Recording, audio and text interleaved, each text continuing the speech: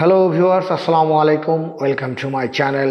This is KM Omar Faruk. I hope who are watching this video you all keep fit and fine. And today I discuss some important rules. Which rules for make a sentence?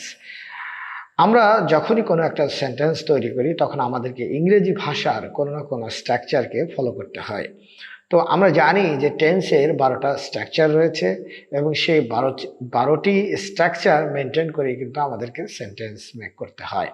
কিন্তু আমরা আসলে speaking ল্যাঙ্গুয়েজে আমরা কোন স্ট্রাকচারগুলো follow করি সেখানে কিন্তু আমরা পুরো এই 12টি স্ট্রাকচার ফলো করি না।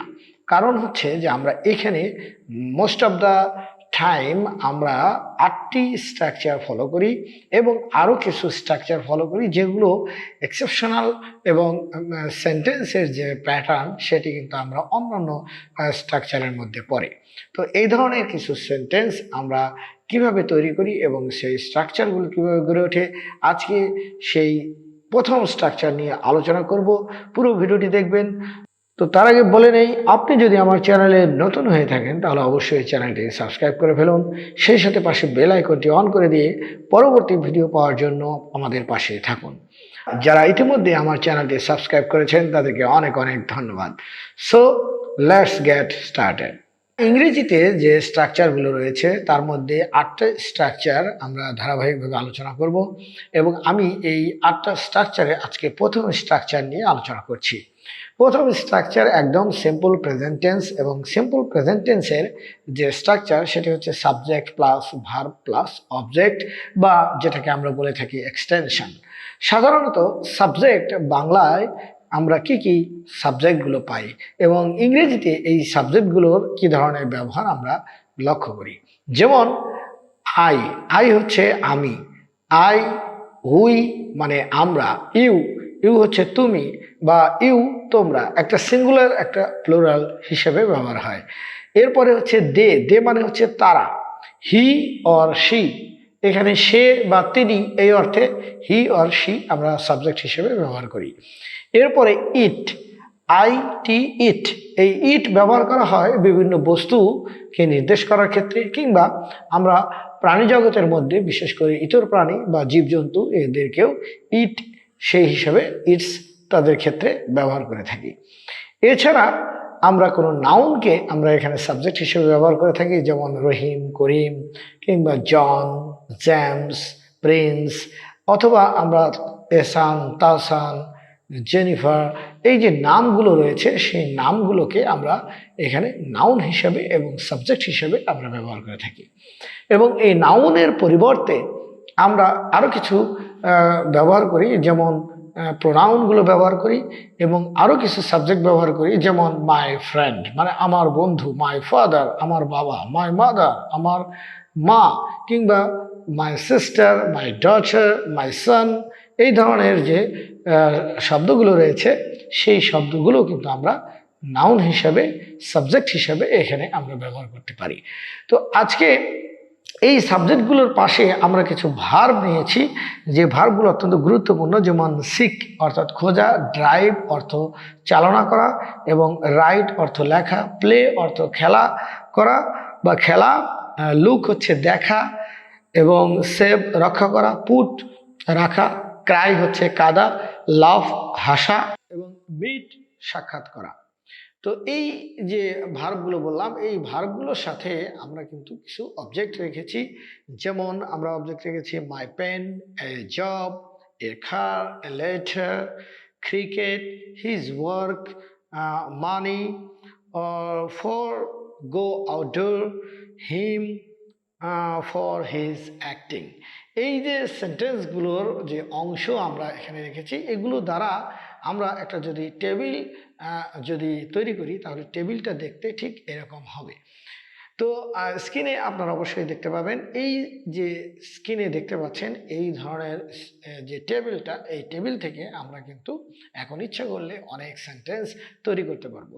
তবে এই স্ট্রাকচার হচ্ছে সাবজেক্ট প্লাস ভার্বের প্রেজেন্ট ফর্ম প্লাস অবজেক্ট বা এক্সটেনশন। এক্ষেত্রে বলে নেওয়া ভালো, সাবজেক্ট যদি থার্ড পারসন সিঙ্গুলার নাম্বার হয়, থার্ড পারসন সিঙ্গুলার নাম্বার অর্থাৎ এখানে পার্সনের একটা বিষয় রয়েছে, অর্থাৎ আমি হচ্ছি ফার্স্ট পারসন, আপনি হচ্ছেন এখানে সেকেন্ড পারসন, আর যার সম্পর্কে আপনি এবং আমি আলোচনা করছি সেই যে ব্যক্তি যে এখানে নেই সে হচ্ছে থার্ড পারসন। অর্থাৎ আমি তুমি ছাড়া যারা আছে সবাই থার্ড পারসন। সুতরাং এই থার্ড পারসন যদি সিঙ্গুলার নাম্বার হয় তাহলে অবশ্যই ভার্বের সাথে এস অথবা এস যুক্ত করতে হবে এবং সেটি ভার্বের প্যাটার্ন অনুযায়ী। আর যদি সাবজেক্ট থার্ড পারসন কিন্তু প্লুরাল নাম্বার হয় তাহলে অ্যাজ ইউজুয়াল ভার্বের যে প্রেজেন্ট ফর্ম সেটি আমরা ব্যবহার করব। তো প্রথমেই আমরা যেমন আমি এখানে আমি চাকরি করছি, আই সিক এ জব। তাহলে সিক মানে খোঁজা, আই সিক এ জব, আমি চাকরি খুঁজছি। আমি যদি বলি সে চাকরি খুঁজছে তাহলে হি সিক্স এ জব।